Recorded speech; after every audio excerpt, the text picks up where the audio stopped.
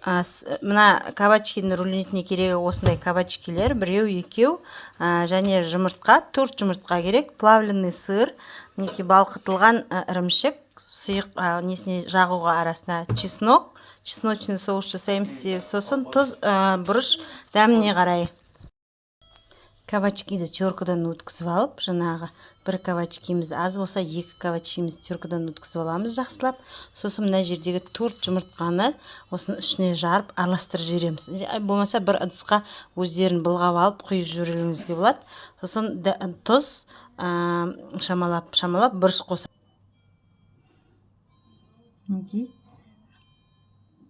Мінекей осының ішіне 4 жұмыртқаны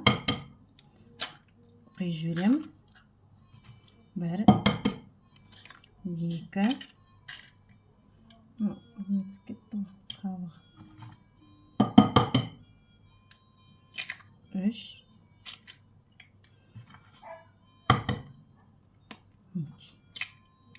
4 жұмыртқа.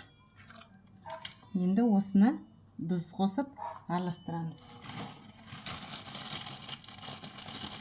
Қатты көп керек емес. Bir шай қасық тұз жарар. Көп кетсе, мен балалар жейді деп бұрыш қоспаймын.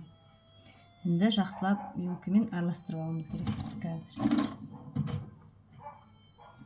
Осыны жақсылап араластырып, чеснок пен сливочный сырдың балқытылған ірімшікті чеснокты араластыратынды ол арасына жағамыз рулет піскеннен кейін. Чесночный соус қылып. Сосын холодильникке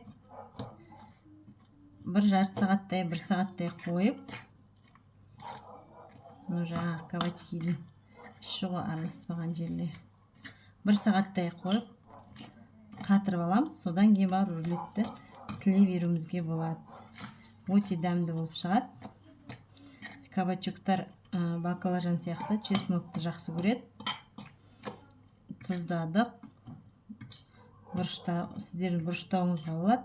Мен балалар болғасын бұрыштаған жоқпын.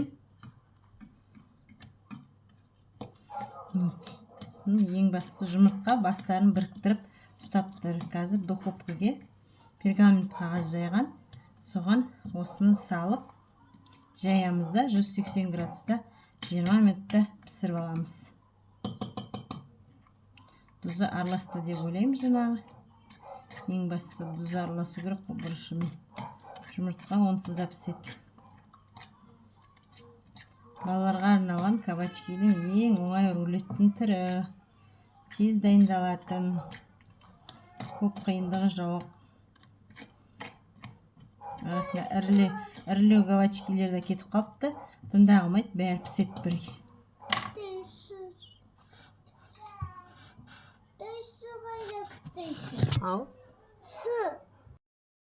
Мінекей біз кабачкиді жайып қойдық. Жұмыртқа қосылған кабачки, тұз қосқан, бұрыш қосуларыңызға болады. Не жайдық, жақсылап тегістеп. Енді асты пергамент қағаз. Енді осыны духовкаға 180 градусқа 20 минутқа қоямыз.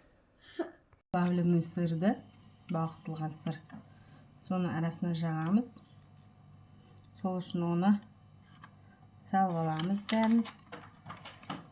Жақсылап и бір бас, болмаса 2 бас зубчик чеснокты сығып жібереміз. Осыны жағамыз.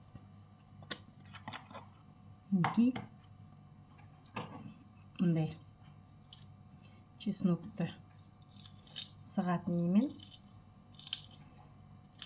бір бас чеснокты сығып жіберіп атым. Балдар қатты көп болса жемей қояды деп. Маған бір бас чеснок жарайды. Бір бас чеснок осыны жеткілікті бір тіс зубчик чеснок. Балқытылған ірімшік 2. Қазір бұны жақсылап араластырып жіберемін, 1 келкі болғанша. Ішіне не қосып жіберуге болады, әдемі болу үшін. Укропты ұнтақтап турап қосып жіберуге болады. Ерінбей огородтан укроп алып келейін. Түн болса да, қараңғы болып тұрған сол түн болғасын ғой. Қазір укроп алып келейін. Сосын осының ішіне қосып жібереміз.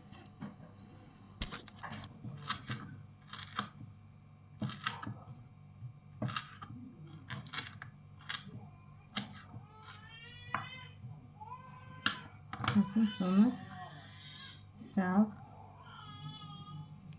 аластырып жібереміз. Мен асығып майда болмай жатыр. Осыны қазір дайын болған піскен рулетіміздің үстіне жағып шығамыз. Петрушка қосуларыңызға да болады. Петрушка болса да болады. Но чеснок екеуі жақсы араласу керек қазір. Жақсылап жағып шығамыз. Қазір қараймыз, пісті ме екен рулетіміз. Мынаны салып жіберейік.